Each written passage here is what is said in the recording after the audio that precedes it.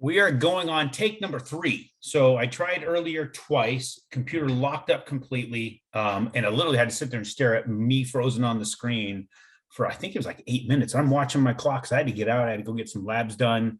The whole blood draw thing.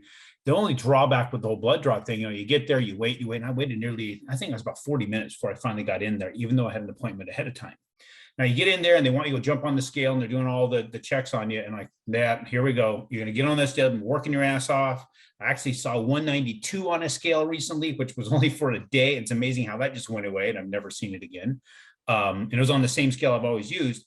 You get on theirs and you're fully dressed. I'm like, man, they're going to be pushing me over 200, some bitches. And I stepped on that thing and wouldn't you know, fully dressed 193. I'm like, holy shit, that kind of surprised me. But then again, you wonder, okay, well, how's their scale calibrated? And you start questioning it. We should quit questioning crap and just be happy with what we got, right? Be happy with the fact that we're achieving something. So for me, I'm happy. Even though I had to wait all that time, I'm happy to show me that there's progress happening in my world. Now, I'm also trying to put muscle on and all that kind of crap. Man, I'm 47. Stuff isn't coming on real easy. So we'll see how this all works out. My whole thing is I just need to be mobile. I'm going to be quit recovering. I've been injured so much in my life that I'm constantly in a state of recovery. Tired of that. Don't want to do that no more. And I'll be able to pack my stuff in to go get a hunt done and pack all my crap back out.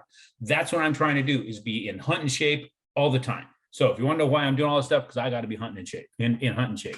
I don't know when another great opportunity is going to go in to go hike in deep into Alaska, pack out a moose or something else, and have enough energy to deal with any of the predators prowling around, coming after us because we're covered in blood. We're packing their dinner, but it's my damn dinner. So recent activities out there, guys. Well, of course, everybody keeps asking what I think about the market, what's going to happen with home prices, what's going to happen with values and all that kind of stuff. And recent information that I'm looking at here is we had, U.S. single family homes report that I've got here worth $39 trillion. And the outstanding mortgages on those homes is 11.2 trillion. So look at that swing. That means we got 27 plus trillion dollars in equity sitting out there. Interesting. 27 trillion home equity. Now, we really want to spitball something crazy. We all just take out equity lines on our houses, pay off the federal debt, and kick those bastards out of office and take the son bitch back over, right? There's that thought process. I mean, this is crazy the amount of debt we got out there. I don't want to get into this politics stuff. There's a stupid amount being used out there that the tax dollars are not going to where it should be going, which is just to maintain what we have going on here. But I'm not going to spout off too much about that kind of thing. So where are we heading as far as our economy? Well, there's a lot of time, there's people talking we're in inflation. There's people saying that we are soon to be in, that there is a recession. Sorry, we know there's inflation. So that word's always popping around my head. But there's those who are saying that we're currently in a recession. There's some saying that we're headed towards a recession. There's some say, hey, we're going to completely miss the recession. So I have no idea exactly what metrics everybody's going off of. But when you start looking at what's happening, there's, we got durable orders that just came out and it was way higher than expected, which kind of off from what you're thinking with people kind of hunkering down a little bit, not spending as much money.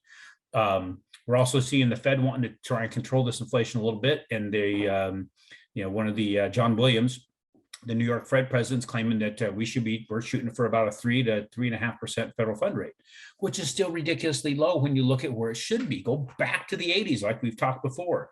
If you look at the 80s, they're saying we're the highest inflation we've seen in 40 years. We look at Paul Volcker did back in the 80s. He had that thing in the teens. I think it was 17%. Even if we got to 3.5% federal fund rate, that's nothing. That's still 15% off of where we should be, or 14%, something to that effect. So right now, our interest rates are way better than they should be given our current environment. So I'm going to share a screen with you. Of course, the same old screens I'm always sharing, which is the charts. Let's hope this thing works, because it's being a pain in my ass earlier. It looks like it's working. This is good. This is really good. So take a look here. I drew out some of these things, just kind of see where we're heading. Now, we had this going before, and I'll draw this out. This was our downward channel we're looking at before. If you can see here, we were following this particular channel. It's a little off, but that's about where it was. And then we broke out of it, and we started heading back down. We dropped really hard to follow the channel down, right? Now, we look at here. I'm kind of guessing, I'm not 100% on this, this is going to be a support for us. This is a resistance we have. We did have it as a floor for us, but we broke below it. And I think this is might be a bit of a difficulty for us to get above and stay above. But look at this also. We've created another downward slope, and it's not quite exact same angle, a very similar angle to what we were seeing before. There is still a lot of downward pressure on the mortgage-backed securities. So downward pressure meaning interest rates being forced back up. But we do have what looks like could be some support here, but that's a wide swing in here. That wide swing could influence the interest rates, or at least the cost of the rate. So we're right now, what, at 9, this says 99.57. We can go down to 98.75. That's 0.75%. That would be a charge for the interest rate of that day. If it was here one day and then back here the next day, it means the cost of the rate, the points to be paid, would be potentially 0.75%. That's what that swing in there would mean. So just know we've got a lot of wide movement. Right now, we seem to be slightly stable. Hopefully we break above that line that I just established as our ceiling, because we were slightly above that. But I think that's going to be a point where we're going to be hitting for a bit. I'm just guessing on some of this stuff based upon experience and what I've seen. So I'm hoping that there's some accuracy there.